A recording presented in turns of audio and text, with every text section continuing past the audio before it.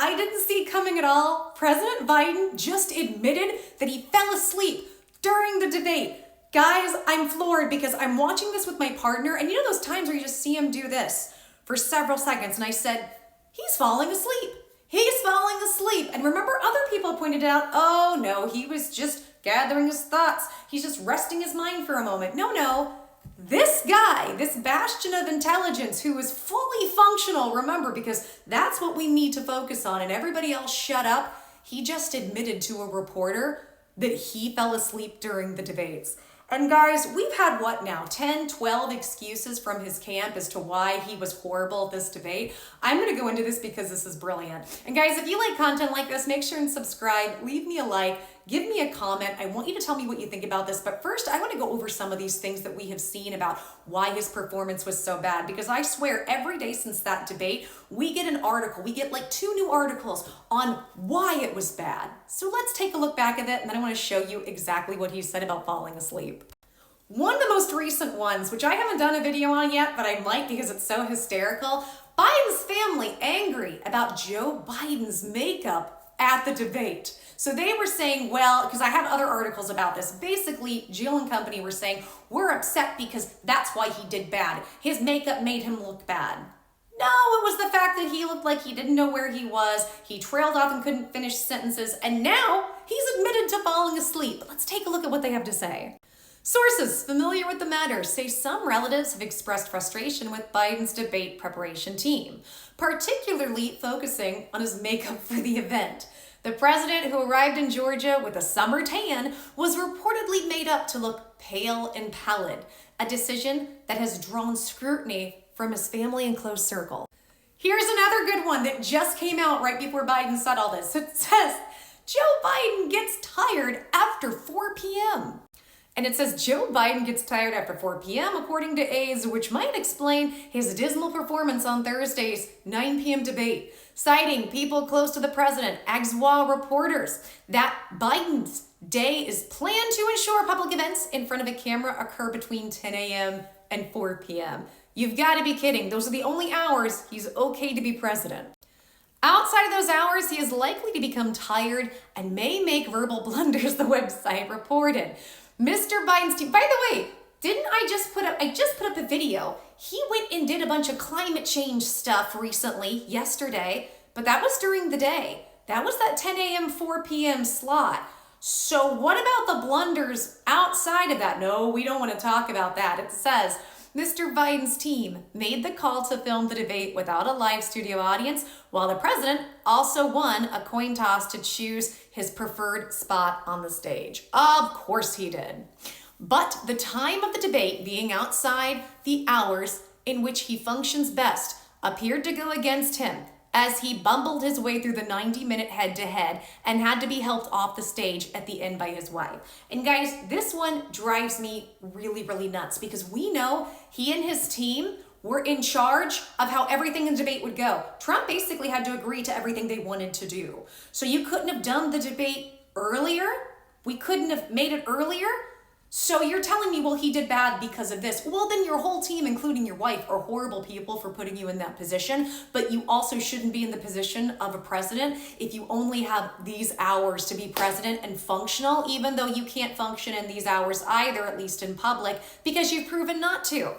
And it says, but the time of the debate being outside the hours in which he functions best appeared to go against him as he bumbled his way through the 90-minute head-to-head.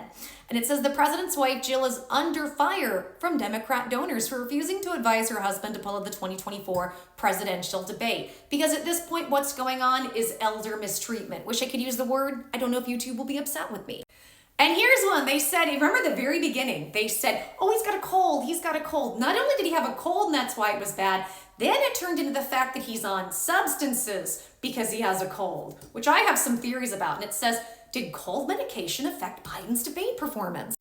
Earlier last week, Donald Trump suggested that Joe Biden would be on performance-enhancing substances for the presidential debate and demanding a substance test.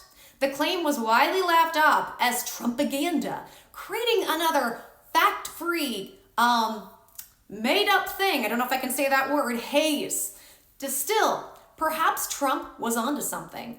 The country is struggling to reconcile Biden's cognitive impairment during the debate with his obvious recovery well into the night and into the next day.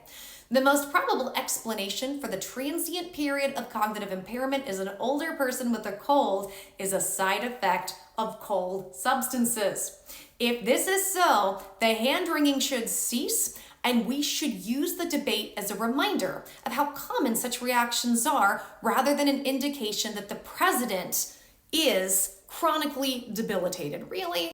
Biden's symptoms are consistent with someone suffering from temporary substance-induced cognitive impairment. We know now he had a bad cold during the debate. Most people believe common over-the-counter cold medications such as Dayquil, Tylenol, or Advil are to be harmless.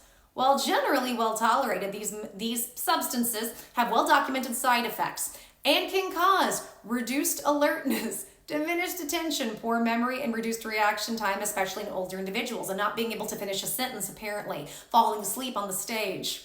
These impairments are transitory but can appear consequential and alarming. Every experienced clinician has seen these effects thousands of times. If anti-cold medication were combined with anti-anxiety medication or other substances you drink, the risk would increase even more. Well, here's a question. A lot of people have said for him to even do these debates, he's probably going to have to be on a whole lot of substances as it is.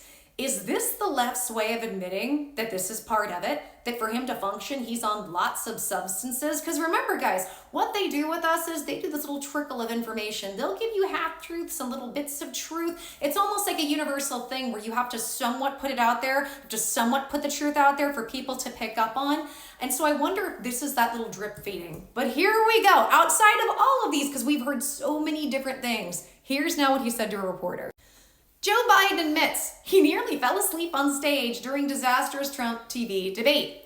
The U.S. president said he wasn't very smart for having traveled extensively in the weeks leading up to the event in Atlanta, where he performed so poorly that friends and foes alike have told him to leave the race in the White House altogether. Joe Biden has said he nearly fell asleep during last week's first presidential debate and put his poor performance down to travel exhaustion after going around the world a couple times shortly before it. The U.S. president, 81, said he wasn't very smart for having traveled extensively in the weeks leading up to Atlanta, where he performed so poorly. Joe Biden told supporters at a campaign event in Virginia on Tuesday, "I decided to travel around the world a couple times, going through around 100 time zones." Wait a minute. When he says he did 100 time zones, right? If we fact check him, I'm sure that wouldn't be accurate, and that would be a lie and not a fact and a gross exaggeration. Although if Trump, which we know he's a marketing guy, we know he's a PR guy and a real estate guy, exaggerates, which is part of the job that he just does in general when it comes to business like that, when he exaggerates, world's worst person. He added he didn't listen to his staff, came back and nearly fell asleep on stage. That's no excuse, but it's an explanation. He added while admitting, "I didn't have my best night." The Biden campaign doesn't allow media outlets to film fundraisers. Of course they don't. So it wasn't immediately clear whether he was joking, NBC Sky News U.S. partners said. I have a few thoughts on this. So first of all, congratulations to him. I'm happy that he at least spoke the truth, which we all saw. He was falling asleep on that stage, but then says it was because of travel. He traveled to all these places. However, he had, at least from what I've seen, he had several days, if not at least a week, of coming back to the United States after he did all of that traveling. So you're telling me that jet lag was the reason that he did poorly at the debate, even though he had almost a week to recover from that. Make that make sense. Math that math. Or is it a slew of the other things? Maybe it's just the fact that he looked pale. He looked pale and that's why we didn't like him. The sociopathy of these people and the excuses they make and what they think that we're going to believe. They think we're stupid. I don't know. What do you guys think about this? What do you think about the fact that we watched him fall asleep in front of us real time? Did you guys pick up on anything else? Any other excuses you've heard that I haven't covered? Tell me your thoughts, guys. Sound off in the comments. Go ahead and subscribe. I'll have more content. Give this video a like. I have so much more coming.